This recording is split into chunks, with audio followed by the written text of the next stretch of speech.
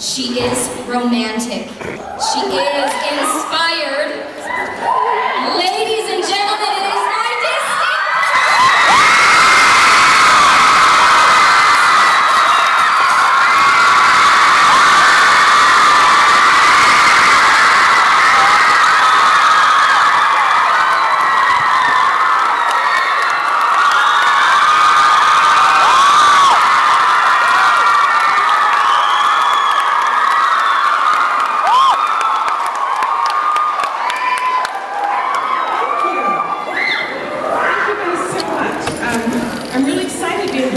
today. I haven't ever been here. I don't get to be here for very long, but I'm glad that I can be here with you guys. I have in my hand a bunch of questions that people who were here early got to submit. And my favorite way to do these presentations, because I'm kind of shy and like everybody screaming is a little scary. I like to answer people's questions because then I know exactly what you want to hear about. So I'll get to these right away so we don't have to be here for 10 hours, right? All right. Okay, but I have a plane to catch. All right, here's my first question, which is a good one to start with. What was your inspiration for the host? Twilight was a dream, was it something like that? No, it wasn't.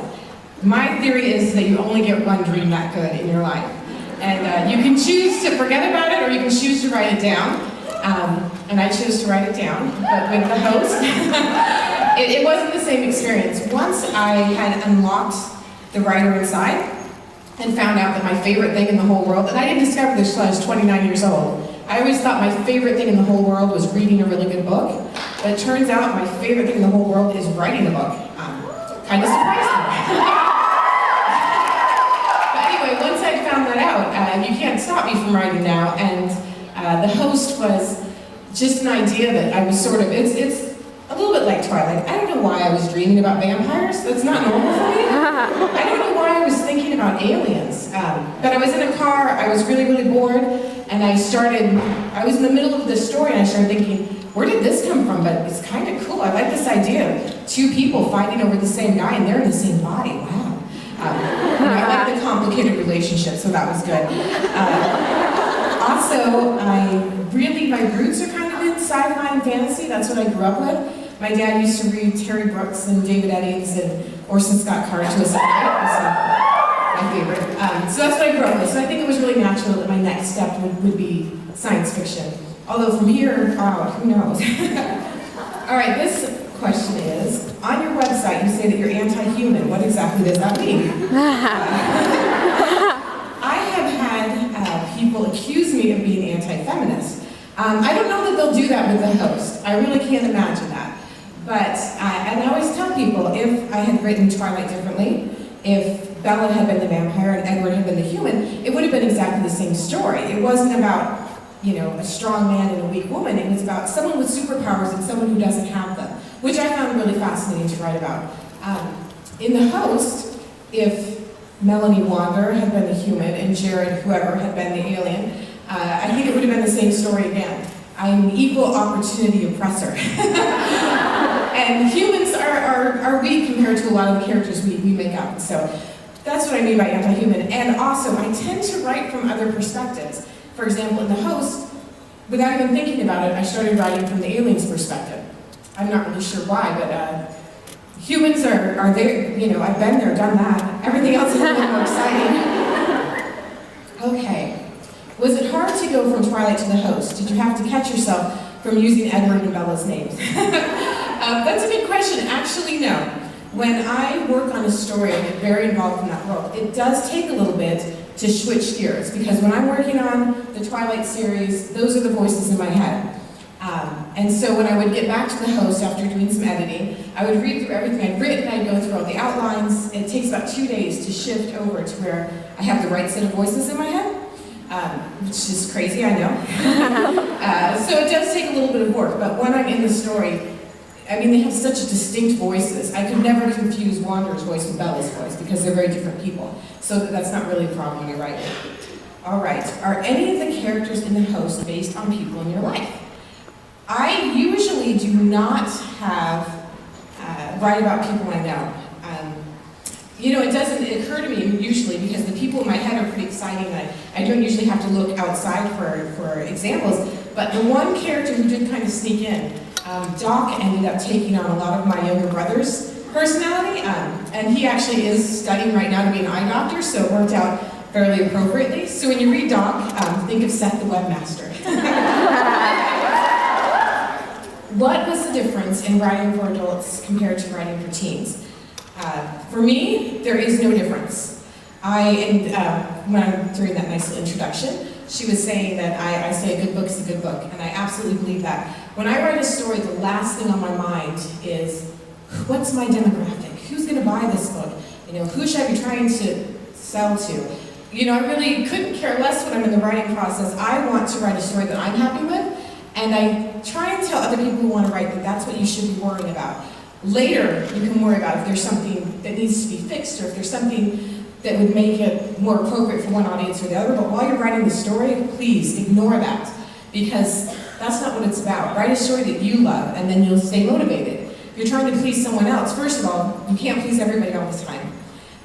And secondly, you're going to lose interest in the story. And I've seen that happen to my friends who write. They'll get into a story and then they start thinking, well, I don't know who would like this besides me, and they kind of lose the thread of thought.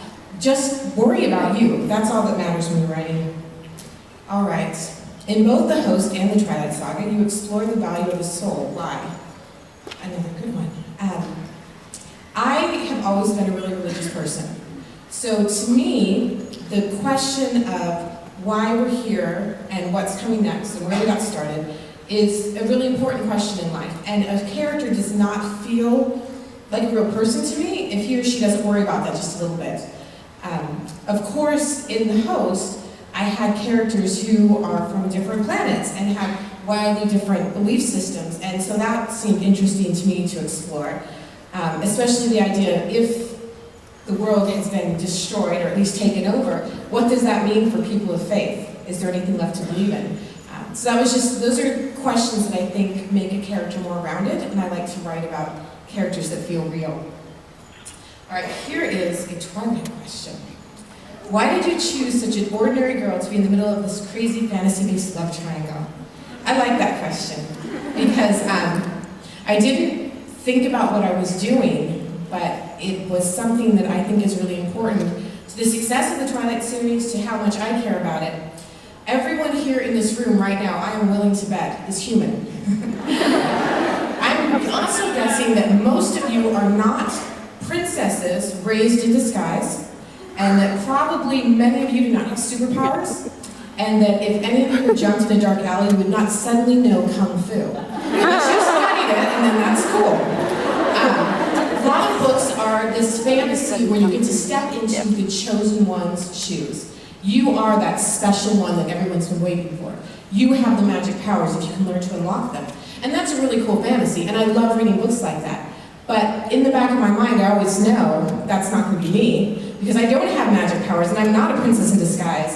And I like writing about characters who could be me, and who get to have adventures even though they're totally ordinary. And I think that all of us can identify with that girl or that boy who isn't magic. So that appeals to me, to have that little bit of realism stuck in with all the fantasy.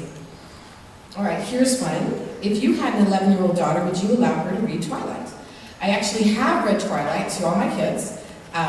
The 6 and 7-year-old fell asleep because it was nighttime. But my oldest son, who's almost 11, is actually a big fan. He's not much into reading big, thick books himself, but he loves to be read to, and he's heard all the books except for book 4, which I started, and then I started imagining him at school, and some cute little 11-year-old girl coming up, Gabe, can you tell me what happens?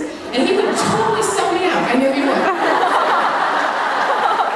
So I quit reading it to him, and he can hear it later. This one I like. I've never gotten this question before, and I actually have an answer. This question is, why does Jane hate Alice? Good catch, whoever caught that one. Thank you. And the answer to your question is, for about 1,000 years, Arrow has been pretty obsessed with Alice because she is powerful, and he is very much attracted to that. All of a sudden, he finds out about Alice, and